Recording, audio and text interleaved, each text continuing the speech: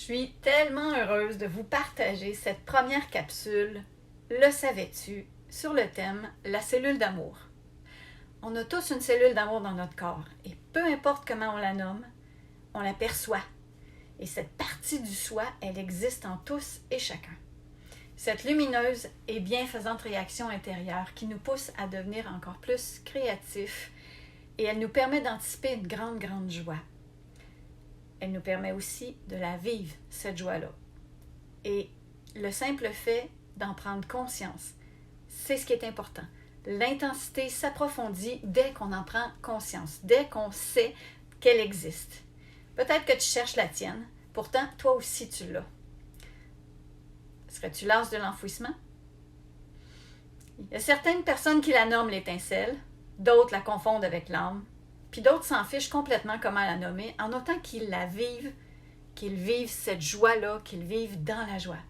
En fait, je parle d'une cellule physique. Et si on peut se représenter dans notre imaginaire, là, une cellule bien ronde, avec son noyau et tout son espace intérieur, lumineux et en 3D, s'il vous plaît. Je me nomme Ninon Dugas et je vous partage cette capsule de la région de la Naudière au Québec, aujourd'hui, le 10 décembre 2021. Selon mes compréhensions de la vie et suite aux enseignements que j'ai reçus de Grégory Grabovoy, chaque cellule de notre corps est fabriquée avec l'essence de la pensée au moment de sa fabrication. Je pense que j'apprends rien à personne à ce moment-ci.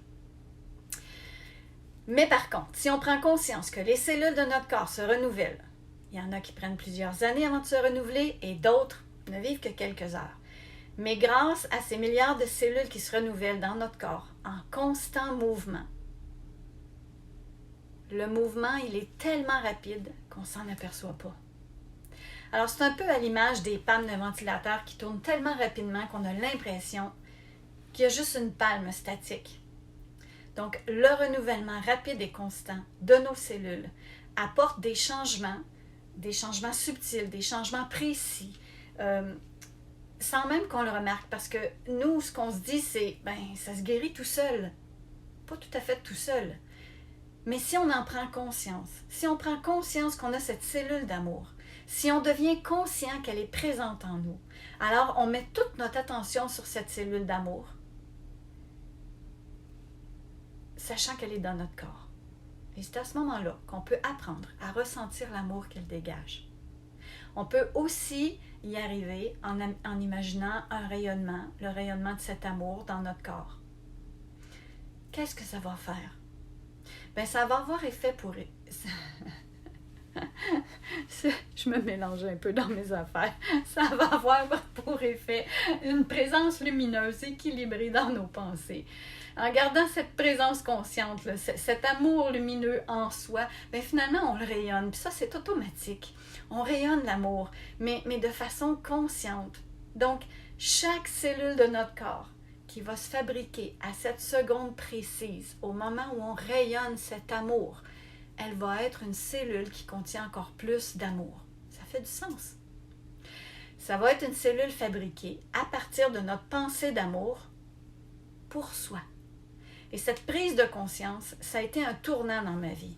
C'est trop facile de se perdre dans des pensées qui créent des émotions dérangeantes. C'est aussi trop facile de devenir tellement réactif dans nos activités quotidiennes. Ça nous fait prendre des mauvais tournants. Puis, je ne suis pas à l'abri de tout ça, là. Mes proches pourraient vous le dire.